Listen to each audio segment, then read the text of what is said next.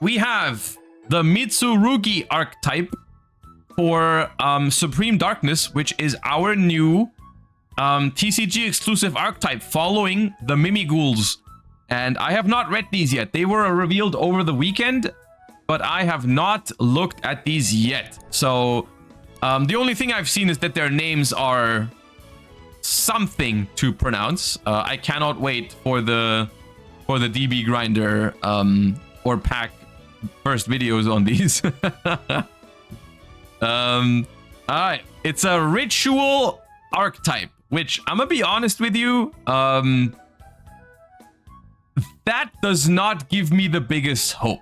The artworks look dope though, but I will not be fooled into coping on another TCG exclusive archetype before I see the full 2 waves. There's nothing you can do to have me cope on a ritual TCG exclusive archetype. All right, I will never cope on these again like I did with Libromancers or something like that. There's no shot. You have lost my trust, but I will read them anyways. We have Mitsurugi no Mikoto Kusanagi, which is the one on the left here, which is a dark reptile effect monster. It seems to be a reptile archetype. 1600 attack, 400 defense. If this card is normal or special summoned, or if it's tributed, you can target a Mitsurugi card in your graveyard or banishment, except itself, add it to the hand. If another reptile monster you control would be destroyed by battle or card effect, you contribute this card instead. You can only use each effect once per turn. All right, right off the bat, we're being hit with a mediocre card. Sick. Card does nothing on its own. Card adds from grave or banishment, which I guess is cool for like follow-up and grind game, but besides that, it almost has no purpose. We have Mitsurugi no Mikoto. Oh, they all have the same like name in the first part of the name. Okay, so this one's Saji. Level 4 Dark Reptile. If this card is normal or special, or if it's tributed, you can add a Mitsurugi spell trap from your deck to your hand. Okay, that's solid. If another reptile monster you control would be destroyed by battle or card effect, you contribute this card instead. You can only use each effect once per turn. All right, this one is better because it's a starter and also a good tribute fodder because it adds from the deck. The rule of thumb, I think, for modern Yu-Gi-Oh cards is if the only thing they provide, if the only thing that a card provides is follow-up or add back, like recursion, it's probably not good enough. That is just where we are in modern Yu-Gi-Oh, I feel like, is that cards that provide follow-up need to have like another purpose. They need to be useful in the beginning of the game rather than just on the follow-up turns, right? Because with modern Yu-Gi-Oh, most cards have like once per turns attached to them anyways. So when you add a card back from the grave or banished on the first turn, it'll probably not be very useful. And that's why most of the time cards that say like, oh, you can add a card back from the graveyard, if that's the only thing they do, they're probably not good. Most of the time you need these cards to come with like a first effect that's useful on the first turn, and then like the second effect is good for the follow-up. That's how you make these cards like good, right? Like kind of like think of a card like the first one I'm thinking of that has those two qualities to it is like Despian Tragedy, right? Like Despian Tragedy's second effect that resets a branded spell trap from the graveyard is a good effect, but if that was the only effect on the card would probably not see any use, because most of the time on the first turn of the game you would use the first effect to search like Aluber, and then on the follow-up turn it'd be really nice to have Tragedy in the graveyard to reset your branded fusion, for example, right? Of course, I know that there's some scenarios where you send it to the graveyard and then reset your branded fusion on the first turn because you sent it with like Albion or something. But like 90% of the time or more, you're using the search effect and then use the other one for follow-up, and that's why it's a good card, because it brings that combination. All right. We have the first ritual on the left here, which appears to be an ultra rare from the name lettering. Which is Ame no Murakumo no Mitsurugi. All right, sick. Level 8 Dark Reptile Ritual Effect Monster. You can ritual summon this card with Mitsurugi Ritual. Well, if that isn't the most creative name for a ritual spell I've ever seen. If this card is special summoned, you can destroy all monsters your opponent controls. When your opponent activates a card or effect, quick effect, you can activate this effect. Your opponent can discard a card or that effect is negated. Destroy all monsters when your opponent activates a card. Okay. If this card is tributed, you can add a Mitsurugi card from your deck to your hand. Then you can special summon this card. You can only use each effect of once per turn. Correct me if I'm wrong, but the way I understand it is that if you tribute this, you always add, but you can only special it back if it was on the field successfully summoned, right? Like if you tribute it from your hand, for example, or another ritual summon, you can't bring it back because it wasn't properly summoned beforehand. Okay, yeah. I do think, just from a conceptual standpoint, that this card is cool. I feel like this card creates cool interactions. It doesn't necessarily mean that it's super good though, but like the fact that you can ritual summon this Raigeki your opponent, that's already okay.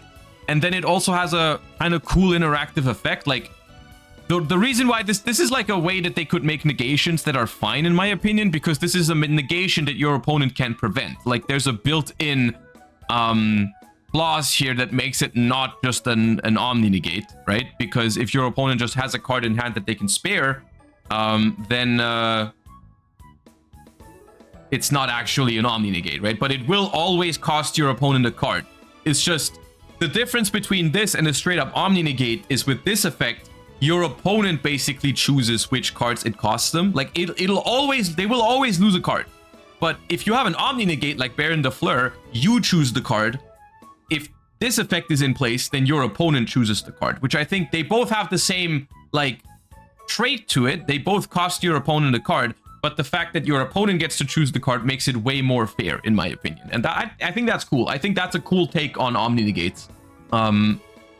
In some form. Obviously, it's way worse. It's way worse than a straight up omni negate, but it's conceptually I like it. I think this is where omni negates probably should be. Like I think it's hard to argue that omni negates are a little too powerful, but yeah. The second effect is a nice bonus, I think, because this means that it's not only something that you would want to summon, but it is also something that functions as a good tribute for other ritual summons, right? This is not only something you would summon, you can also tribute it, and if you tribute it from the field, it even comes back. I think this is a sound concept of a card, you know? Like, it's not broken or anything, but I can get behind this. It's a cool card. And then we have the other one, which is Futu no Mitama no Mitsurugi. Level 8 Dark Reptile. You can ritual summon this card with Mitsurugi Ritual if your opponent special summons a monster, except during the damage step. You can target a reptile monster in your graveyard, except another Futsu, special summon it. You can only activate this effect once per chain.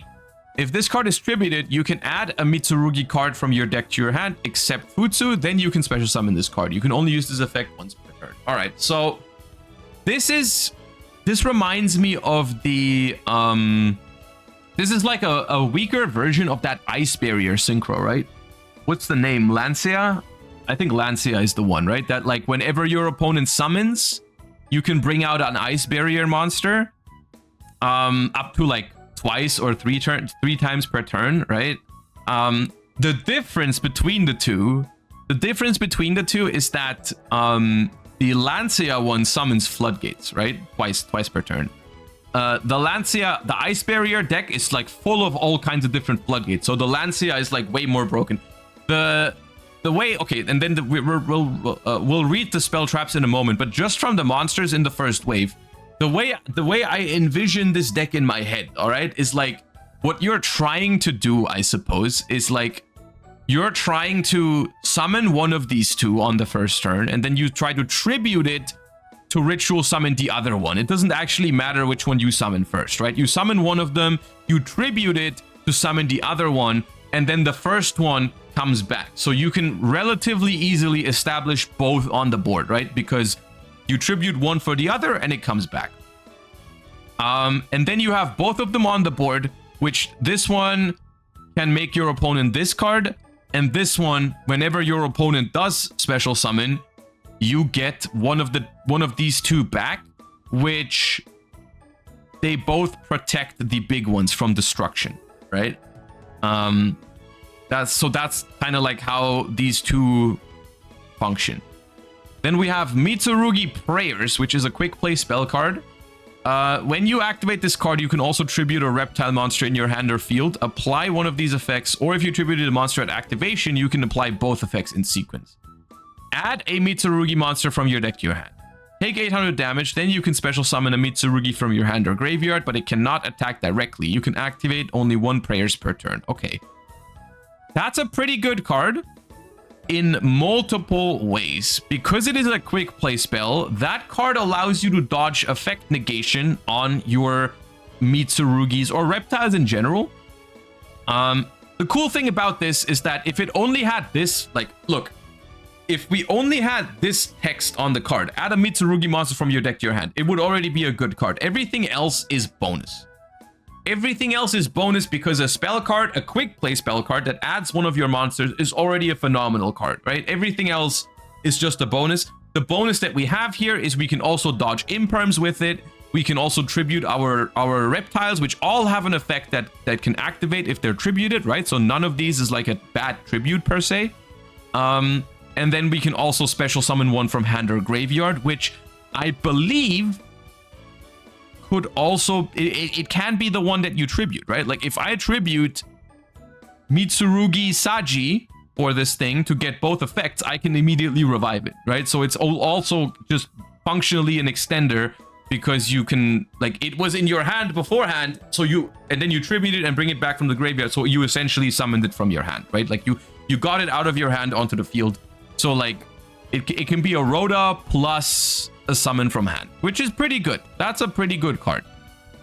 I don't know how I feel about the fact that it randomly just has you take 800 damage, which I don't know why this is necessary. This is not really like a cost or anything like that. This is not a real thing, but like, why do we take 800 damage? Why does it randomly have like a card that makes you lose in time? I don't know, but okay. Well, other than that, that's a pretty good card.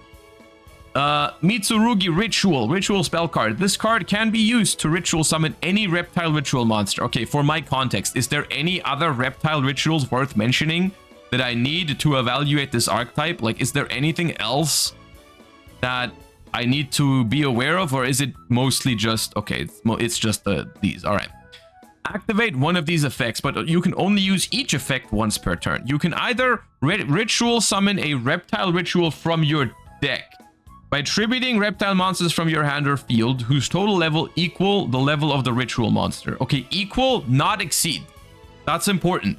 Equal means it has to be exactly, what are these, 8? Exactly 8. Okay. Or ritual summon a reptile ritual from your hand by tributing up to 2 reptile monsters from your hand, deck, or field whose total level. Okay. Okay, here is the what's it called? Here's the way that this deck cheats the ritual mechanic, all right? Because another thing in the year of 2024 is that no ritual deck still actually performs real ritual summons anymore. Otherwise, they're just not viable. Because the ritual mechanic, like, at its core, is just bad, right? So you always have to find a way to like cheat the system so that you can still print blue cards, but they don't actually ritual, right? Because like this thing is like branded fusion, you know. So the cool thing about this card, and this is not a critique, by the way, because I think that's fine. That's a fine thing to do, because otherwise you will just never make viable rituals anymore. Like, that's okay, right? That's fine in my book. So here's the cool thing about this is that this card is not once per turn, right? You can play 2 copies of Mitsurugi Ritual in a turn. You just have to do 2 different things, right? So you're gonna ritual summon a reptile ritual from your deck by tributing reptiles that you have, or you're gonna summon a reptile ritual from your hand by tributing the monsters from the deck. That's pretty good. And that also, I mean, that's pretty strong. Straight up, that's pretty good. Now, The thing here, the caveat, is that you still need multiple cards to perform a ritual summon. It's just instead of at least 3 cards, you need 2. Because you're going to need the ritual plus the ritual monster, or you're going to need the ritual plus the tribute fodder. The third thing in the equation, the third missing piece, that can be somewhere in your deck, right? Which is pretty good. It is pretty good. But you still need access to 2 cards. It's still not going to be a 1-card thingy.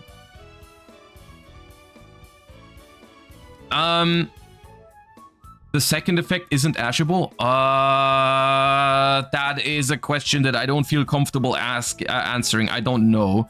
Would tributing from the deck be considered as sending them to the graveyard from the deck? I don't think so. I think because it's worded tribute, but maybe it is. I'm not sure. Like, I think Garunix cannot be ashed. Oh yeah, Garunix just says destroy from your deck, and that can't be ashed, right? So if that cannot be ashed, then this also should not be able to be ashed, I think. Yeah, I think you cannot ash the second effect. The first one, you can, because you are ritual summoning a monster from your deck. You're special summoning a monster from your deck. So if you're using the first effect, you can definitely get ashed. The second one, I don't think so. And then we have Mitsurugi, Great Purification. It wouldn't be a TCG exclusive archetype without a trap card. Now, it's probably ass, but we'll see. We'll read it anyways. When your opponent activates a card or effect, tribute a level 5 or higher reptile monster, negate that effect, and if you do destroy that card, you can banish this card from your graveyard, target a reptile in your grave, special summon it, and if you do tribute another monster you control, you can only use 1 effect per turn, only once that turn. Alright, so that is an Omni Negate trap card that also gives you some follow-up effect, which is better than I anticipated, but this is still like at max a 1-of if you can search it. Which you can, right? Some of them search a Mitsurugi. This one straight up searches a Mitsurugi card. Yeah. So you have a searchable Omni Negate that is a normal trap and not a counter trap, but okay. Why not a counter trap? Maybe, I'm gonna cut him some slack. Maybe it's a normal trap and not a counter trap to allow for some sort of counterplay, so that you can respond to it and maybe do something about it, right? Like, maybe. All right, so that's Mitsurugi. Look, like I said, I'm not gonna cope on these. From what I'm seeing here, it's a cool concept. I like it. I'm a fan of rituals when they're done in a cool way. I've always been a fan of the ritual mechanic. This is not enough, right? You only have 2 main deck monsters because the rituals are like your boss monsters that you're supposed to summon, but like, this is not enough. This is not enough engine to even play the deck. Another thing worth noting is that making them level 8 is a significant downgrade because they can't use a card like Preparation of Rituals, or what's it called? Preparation of Rites. That card is one of the best ritual support cards because it's a searcher and it can also go +1 by adding a ritual spell from the graveyard. If this deck could use that, it'd be really nice, but it can't because they're level 8 and that card searches, I think, level 7 or lower. So like making them level 6 or 7 would have been way better. But still fine. I think it's a cool concept, cool artworks. I don't mind it. We'll wait and see if it gets better, right? Can't use both preps? Yeah, they can also not use pre-preparation of rites because the ritual thing does not mention the monster. So, yeah.